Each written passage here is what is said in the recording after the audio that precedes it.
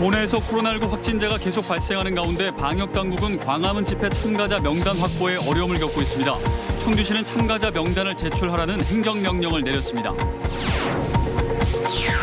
청주의 고등학생들이 코로나 배지를 만들어 기부금을 조성하자는 아이디어를 냈습니다. 기부금은 의료진 방호복과 마스크 구매 등에 사용됩니다. 청주문화제조창에서 미래의 도시재생 모델에 대해 고민해보는 자리가 마련됐습니다. 주민 참여에서 주민 주도형 도시재생으로의 변화를 강조했습니다. 청주 도심의 제한 속도가 낮아지면서 사고율이 감소하고 있습니다. 반면 통행 속도는 다소 느려졌습니다. 여러분 안녕하십니까. CJ 8시 뉴스 시작합니다. 도내에서 코로나19 확진자가 엿새 연속 발생했습니다. 광화문 집회 참가자에 대한 명단 확보에 어려움을 겪고 있는 가운데 청주시는 집회 참가자들의 명단을 제출하라는 행정명령을 내렸습니다. 안정원 기자의 보도입니다.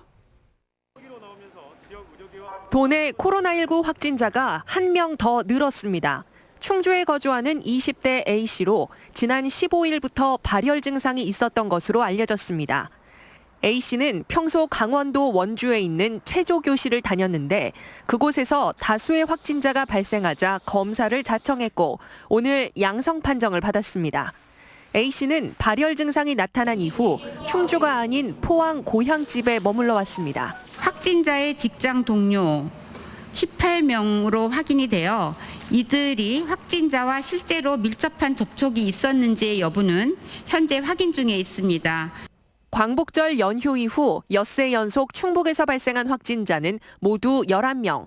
지난 2월부터 누적 확진자는 모두 94명인 걸 감안하면 무려 12%의 인원이 이 기간에 몰렸습니다. 방역당국은 수도권 교회, 광화문 집회 등을 중심으로 코로나19 N차 감염이 확산되고 있는 만큼 참석자 파악에 주력하고 있습니다. 광화문 집회 관련 도내 누적 검사자는 청주 181명, 충주 70명 등 380여 명으로 충청북도는 아직 200명이 검사를 더 받아야 할 것으로 추산하고 있습니다. 결국 청주시는 당시 광화문 집회 참가단체 대표 등에게 내일까지 참가자 명단을 제출하라는 행정명령을 발동했습니다. 이를 어기면 형사처벌을 받게 됩니다. 파악하고 있는 인원에 비해서 적은 수가 지금 진단검사를 받고 있고요. 아직 명단도 제출이 되지 않은 걸로 알고 있어서 충주나 제천 같은 경우에는 고발 조치도 검토하고 있는 걸로. 한편 옥천 확진자 4명과 접촉한 400여 명에 대한 검사 결과 현재까지 추가 확진자는 없는 상태입니다. CJB 뉴스 안정은입니다. 청주 지역 고등학생들이 코로나19 배지로 기부금을 만들어 의료진을 응원하자는 아이디어를 내놨습니다. 코로나19 배지에 담긴 고등학생들의 따뜻한 마음을 만나보시죠. 진기훈 기자입니다. 입시 준비로 바쁜 교실에서 학생들이 배지를 달고 있습니다.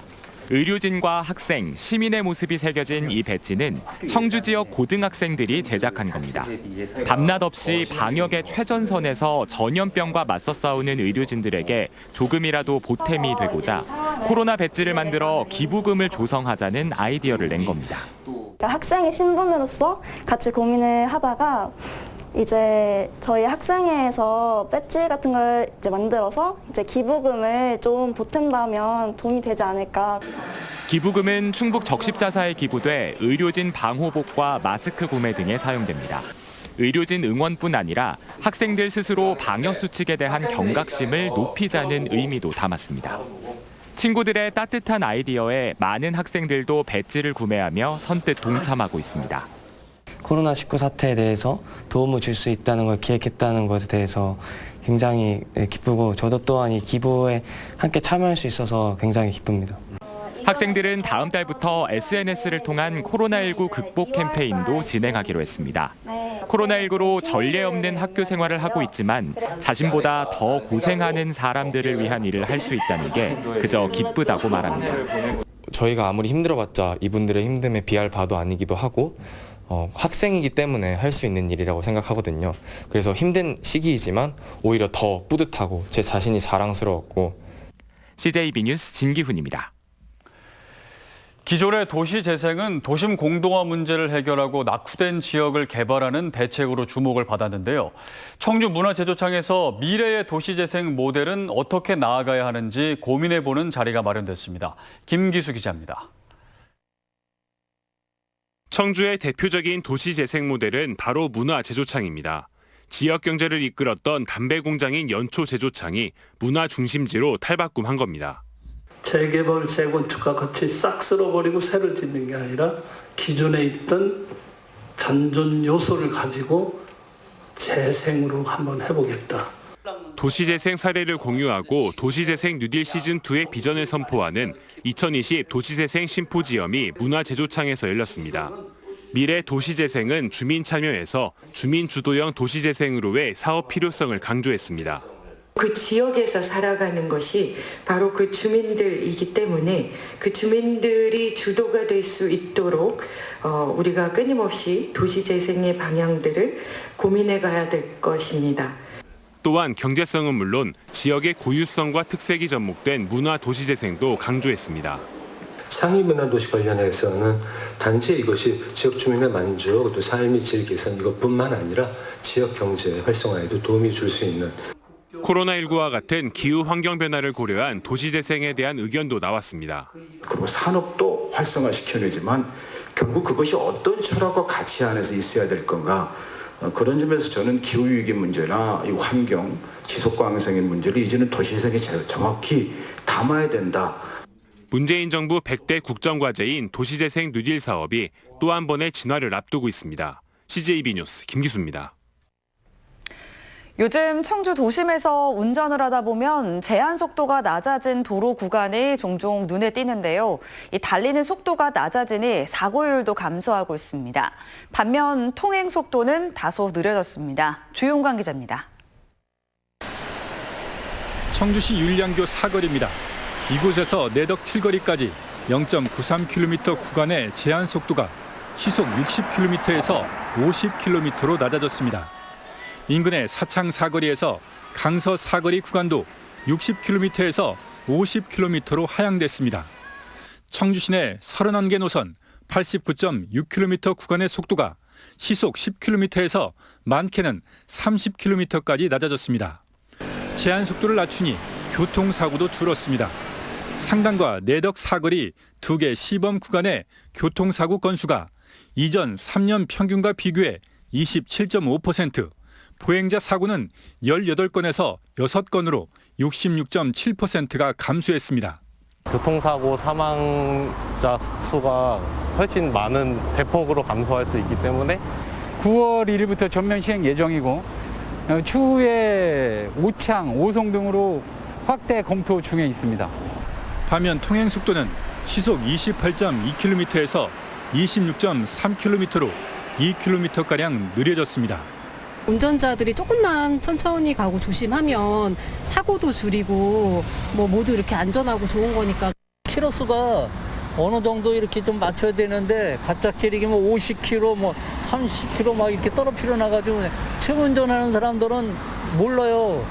속도 하향 구간에 대한 과속 단속도 시행됩니다. 내덕 사거리에서 방서 사거리, 상당 사거리에서 강서 사거리 2개 시범 구간은 다음 달부터, 나머지 29개 구간은 3달 유예를 거쳐 12월부터 과태료가 부과됩니다. CJB 뉴스 조윤광입니다. 실력이 비슷한 상대를 우리는 맞수라고 합니다. 스쿼시로 전국 대회를 휩쓸고 있는 같은 학교 고교생 2명이 그렇습니다. 두 선수의 활약으로 충북이 스쿼시 명문이 됐는데 정작 운동을 위해 고향을 떠나야 할 처지라고 합니다. 박원 기자가 취재했습니다. 이민우 선수가 3대2로 앞서고 코트 있습니다. 곳곳을 누비며 다양한 스트로크로 박진감 넘치는 경기를 선보입니다. 충북 상업정보고등학교 3학년 이민우, 박승민 선수가 결승에서 만나 이민우 선수가 세트 스코어 3대1로 우승을 차지합니다. 이민우 선수는 지난 2018년 열린 99회와 작년 100회 전국체전 남고부 결승에서 2연패를 달성했습니다. 지난 2018년 홍콩에서 열린 아시아 주니어 대회에서는 2위를 차지했고 올해 개최된 세계의 전국 대회에서 모두 금메달을 따내는 등 고교 무대를 평정하고 있습니다. 제가 좀 더 열심히 해서 그 형들과 맞붙을 수 있는 실력을 만들어서 꼭 국가대표 선발, 이번에 11월 달에 국가대표 선발전을 하는데 거기서 꼭 선발이 될 수 있도록 하겠습니다. 이번 대회 결승전에서 아쉽게 패배해 은메달을 목에 건 박승민 선수도 출중한 기량을 뽐내고 있습니다. 지난해 말레이시아에서 열린 아시아 주니어 대회에서 준우승을 차지했고 친구 이민우 선수와 짝을 이뤄 전국대회 복식 경기에서 우승을 여러 번 차지했습니다. 초등학교 6학년 때 담임 선생님의 권유로 함께 시작한 이 두 선수는 전국에서 1, 2위를 다투는 맞수로 선의의 경쟁을 벌이고 있습니다. 저한테 동기부여를 받았을 거고 저도 저 선수한테 동기부여를 받고 서로 열심히 하다 보니까 좋은 영향으로 작용되지 않았나 싶습니다. 이 둘의 활약으로 충북 스쿼시는 명문으로 자리매김하고 있습니다. 하지만 실업팀이 없어 최고의 선수들이 타 지역으로 유출될 수밖에 없는 현실입니다. 충북의 청주에 있는 경기장이 거의 세계적인 경기장이 돼 있는데 이 경기장에서 훈련하고 좋은 환경에서 할 수 있는데도 불구하고 타시도록 간다는 것은 너무 안타까운 현실이다 생각합니다. 충북이 발굴하고 육성해온 인재들을 빼앗기지 않기 위해선 도내 스쿼시 실업팀이나 대학팀이 절실한 상황입니다. 승민아, 민우야, 화이팅! CJB 뉴스 박원입니다. 다음 소식입니다. 미래통합당 김종인 비상대책위원장이 청주시 오송읍 질병관리본부를 찾아 정은경 본부장과 코로나19 방역에 대한 의견을 나눴습니다. 김 위원장은 면담 뒤 기자들과 만나 인구가 많은 지역에서는 3단계 거리 두기를 당겨서 할 수밖에 없고 수해와 2차 코로나 사태를 맞아 추가적인 재난지원금도 편성할 필요가 있다고 말했습니다. 충청북도는 지난 장맛비로 피해를 본 도내 사유시설의 응급 복구 작업이 모두 완료됐다고 밝혔습니다. 공공시설은 2,691곳 중 2,661곳이 완료돼 98.9%의 복구율을 보이고 있습니다. 하지만 충주에서 제천 구간의 열차 운행 등 철도 시설의 복구는 다음 달 이후에나 정상화될 것으로 보입니다. 폭우 피해 현장에서 순직한 충주 소방서 소속 고 송성한 소방교에 대한 연결식이 오늘 충주 소방서 광장에서 충북도장으로 거행됐습니다. 송 소방교는 지난 2일 충주시 산청면 산사태 매몰사고 현장에 출동했다가 갑작스런 집안 침하로 급류에 휩쓸려 실종된 지 18일 만에 발견됐습니다. 고 송성한 소방교는 연결식 후 국립대전현충원에 안장됐습니다. 진천 상공회의소가 코로나19와 수해 피해를 입는 등 진천군의 어려운 이웃을 돕기 위해 3,700만 원 상당의 성금과 물품을 기탁했습니다. 이번 성금은 상공회의소를 중심으로 지역 내 기업들이 함께 마음을 모아 모금한 것입니다. 이상으로 CJB 8시 뉴스를 모두 마칩니다. 시청해주신 여러분 고맙습니다.